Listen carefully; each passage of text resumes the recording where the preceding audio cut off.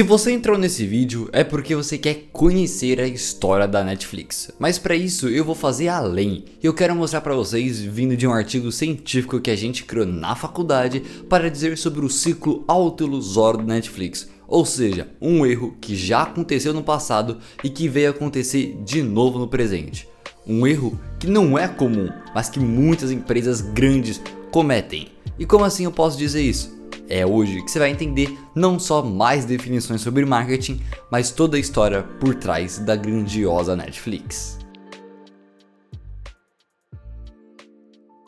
Para iniciar esse vídeo aqui, eu gostaria de dizer que a gente vai usar como elementos de imagem para vocês os slides da nossa apresentação desse artigo que a gente criou, e a gente teve como base, criando nele todo, 3 teóricos da relação de marketing, como Philip Kotler, que foi o principal responsável por escrever sobre esse meio, comentando diversas características sobre necessidades de clientes e tudo mais. A gente teve Igor Ansoff, criador da matriz estratégica de a longo prazo, onde fala sobre satisfação, novas ideias de produto e mercado. E a gente também trouxe Theodore Levy, que traz o termo miopia de marketing, que é um termo que a gente vai usar muito daqui para frente. Antes da gente falar sobre a Netflix, a gente precisa entender que para ela estar onde ela está hoje, ela teve que passar por cima de outras grandes coisas, vamos dizer. E uma delas era uma outra empresa que fazia um serviço igualzinho. Na verdade, vamos voltar no tempo e conhecer a história da Blockbuster. Blockbuster era aquela maior locadora que a gente teve no mundo, aquela azulzinha lá, que a gente teve de locação de filmes, mas não só isso, mas de videogames, e também tinha alguns programas de televisão e tudo mais. E por conta disso ela acabou criando e se expandindo para muitos países. Ela foi nascer em 1985, com o tempo ela foi ganhando muitos consumidores pela sua nova ideia de ter um filme físico e você poder levar para casa, assistir e depois devolver por um preço mais barato do que ele comprar ele sempre para você. E isso, claro que inovou muito esse mercado. Não só inovou, como depois, lá nos anos seguintes, teve a possibilidade de comprar outras empresas e comprou, como por exemplo a Ritz, que também era uma empresa dessa área, concorrente de filmes, aluguéis e tal, mas que nunca chegou a crescer tanto, como também teve a oportunidade no futuro de comprar a Netflix e não comprou. Mas daqui a pouco a gente fala sobre isso. A questão aqui é que ela também teve a oportunidade de ter sido comprada por empresas maiores, mas também ninguém acreditou que ia fazer sucesso por tantos anos. E aí que fica a questão, teve muitos acertos, mas também teve muitos erros. Até que em 1996, comprando diversas microempresas, surgiu o nome Blockbuster em todas elas. E foi apenas em 2007, com a grande crescente já internacional, que a empresa conseguiu chegar em 26 diferentes países, com mais de 8 mil lojas e já tinha mais de 70 milhões de associados que iam nas suas lojas e alugavam filmes todos os meses. Era muita gente, não é à toa que fez muito sucesso por muitos anos. Entretanto, portanto, todavia, aqui a gente entra em uma questão chamada miopia de marketing. O que seria isso? É quando você, como uma empresa, não tem um olhar a longo prazo, você não se preocupa com o ambiente em sua volta. Uma pessoa que comete uma miopia de marketing é uma pessoa que não está pronta para ver os seus concorrentes, que não está pronta em pensar, e se alguém vir me bater? Então o que aconteceu? A Blockbuster simplesmente achou que o produto dela, que era fazer esses aluguéis de filmes em X preço, era o ideal, que não tinha ninguém que poderia bater ela, que ela estava fazendo muito sucesso, que ela não precisava inovar, porque ela já estava 100% inovada, e por isso ela acabou quebrando a cara, ou seja, uma miopia de marketing, porque chegou uma grande concorrente que futuramente era conhecida como Netflix. Então agora vamos conhecer a história da Netflix. Começou em 1997, onde traz toda essa pegada de aluguéis de filmes, também igual ao Blockbuster, porém já veio inovada. E aí já foi o erro da Blockbuster de não pensar nessa possibilidade. Ok, poderia não pensar, mas por que a Blockbuster não viu essa possibilidade que a Netflix criou e não juntou para ela fazer igual, não levou para ela? Não é assim o mercado, um copia o outro? Por que a Blockbuster não fez isso? Não fez e depois veio a falir, pois a Netflix começou com seus aluguéis de filmes de uma forma diferente. E sim, trouxe eles fazendo por correio. Você ia lá no site da Netflix, alugava o seu filme, dentro de 2 dias chegava na sua casa o filme, pegava no correio, assistia, dava 2 dias, colocava no correio de novo e chegava lá na sede deles. Era uma ideia fantástica, a pessoa não tinha que se locomover até o lugar, simplesmente chegava na casa dela.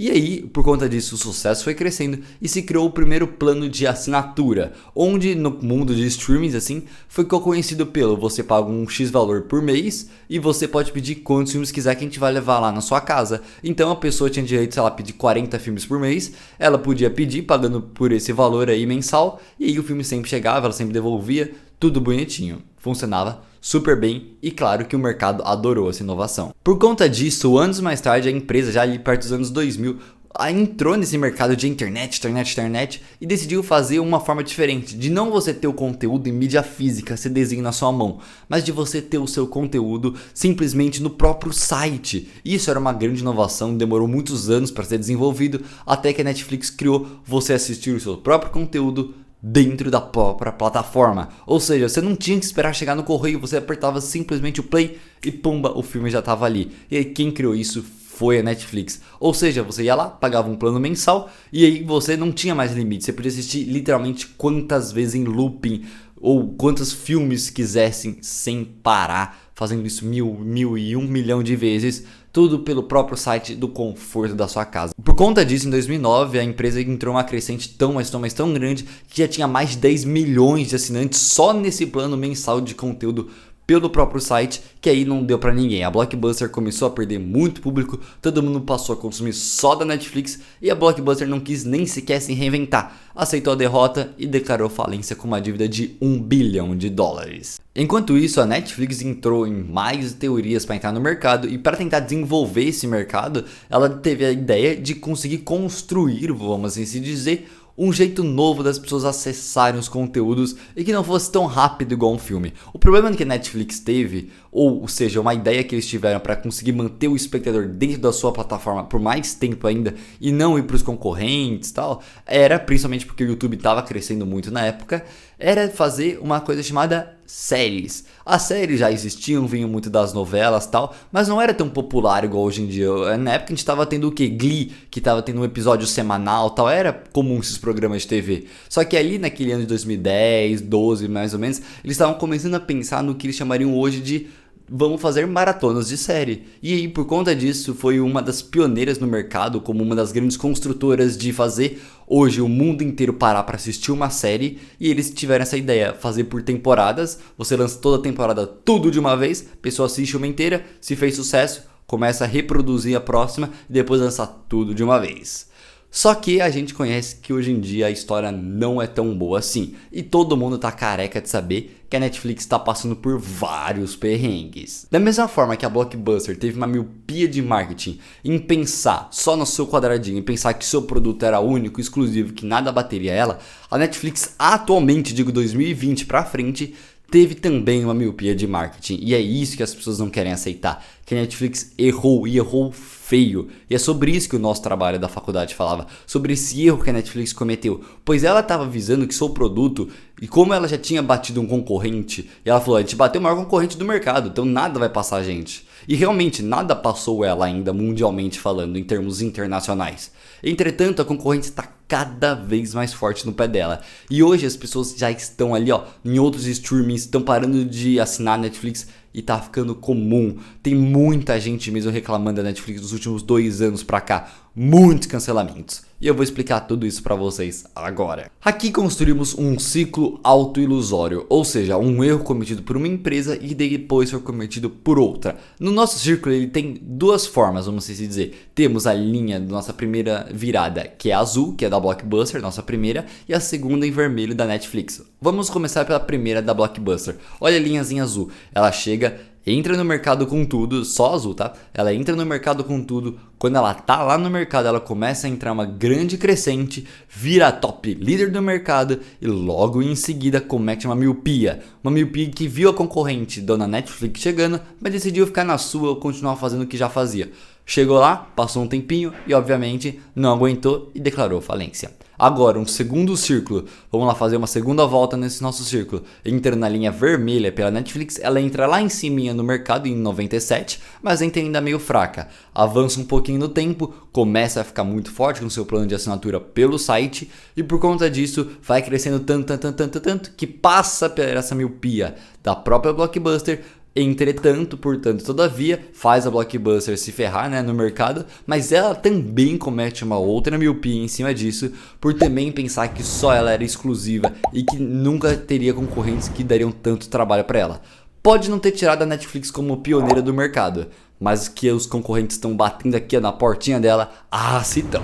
Para provarmos essa nossa teoria de que as pessoas estão parando de consumir só Netflix e estão começando a ir para as concorrentes, fizemos uma pesquisa com mais de 100 pessoas no Google Forms, onde descobrimos, primeiro, que muitas pessoas não só consomem mais a Netflix, mas também percebemos que 11% das pessoas já cancelaram, ou seja, tiveram a plataforma no passado e atualmente já cancelaram, 43% das pessoas nunca pensaram em cancelar, porém em contrapartida, outros 43% também já tem a plataforma, já cogitaram ou ainda cogita fazer a paralisação da sua assinatura. Ou seja, números muito iguais, números literalmente empatados sobre pessoas que gostam da plataforma, querem manter com ela e pessoas que já cogitaram seu cancelamento. É Netflix e eu estaria preocupado se fosse vocês. E a gente vai querer entender por que as pessoas não estavam gostando tanto disso, por que elas não estavam gostando da plataforma. A gente descobriu que 42% das pessoas acham o preço muito alto e realmente é o preço mais alto de todos os streams que existe por aí. Tá, ele até sofreu um grande reajuste até então. Outros a gente tem 20 e pouco por cento que diz que a própria plataforma tá faltando conteúdo, tá faltando ter essa proximidade com o seu público, de dizer o que eles realmente querem ouvir e o que não querem ouvir. E outras porcentagens de 20 e pouco por cento disse que também sente falta de outros motivos, que a gente entendeu esses outros como teorias de que a própria Netflix está cancelando muitas séries que estão sendo muito amadas pelo público e isso não está sendo uma satisfação muito legal para as pessoas, tudo mais. Então a gente imagina que seja isso. E é uma insatisfação com toda a razão. E agora vamos mostrar para vocês algumas informações sobre a ascensão da Netflix.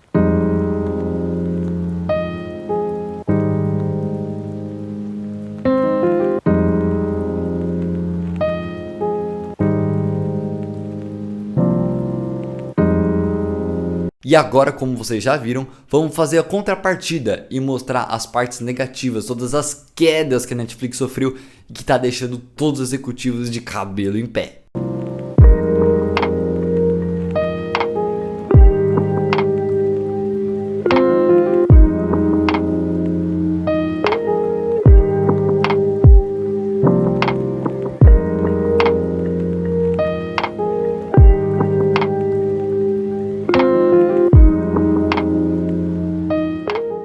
E a gente foi querer pensar, como a gente pode resolver essa miopia? Como a gente consegue, se a gente estivesse trabalhando para a Netflix, quais seriam as ideias para a gente resolver esse grande problema? E a gente entendeu isso como número 1, a empresa ela tá fazendo agora o plano de assinatura mais barato, né? Ela viu que muita gente acha caro, então ela tá fazendo um plano de assinatura onde você paga mais barato, entretanto você tem que assistir obrigatoriamente anúncios entre seus episódios, como se fosse literalmente uma TV, que você fica tendo blocos comerciais, é literalmente isso. E eu, pelo que eu vi das pessoas falando aí, ninguém gostou muito disso aí não, achou muito ruim.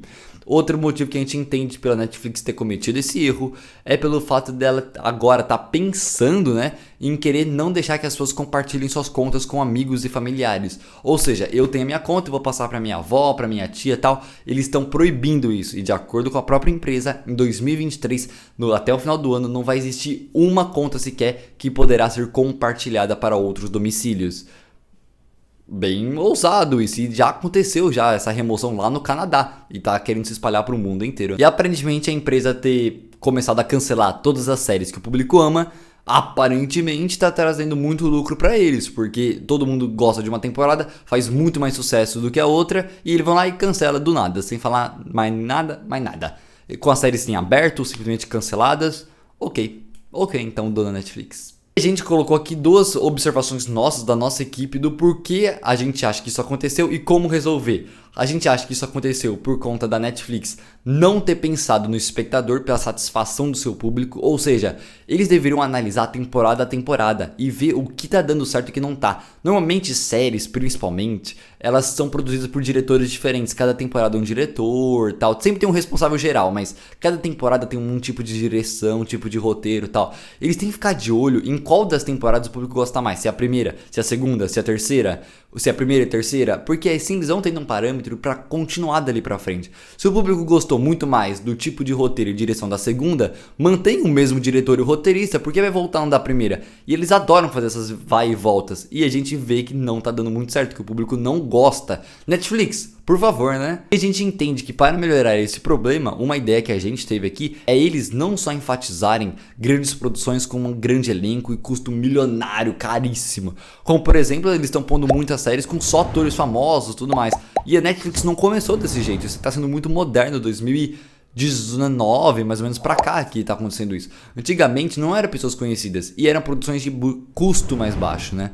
Por conta disso não é ruim. E a gente teve um caso que é uma prova viva de que funciona fazer produções com elenco desconhecido, custos menores, mas que sejam boas. A ideia é você ter roteiros bons, surpreendentes e não um ator maravilhoso. Não adianta nada ter um ator muito bom para uma série fraca, para um filme fraco. A Netflix adora fazer isso, colocar um ator bom para um filme fraquíssimo. Por exemplo, Round 6, cara, é um elenco praticamente inteiro desconhecido, ninguém nunca ouviu falar nessa série, não teve nem sequer trailer de anúncio e se tornou a mais assistida do mundo.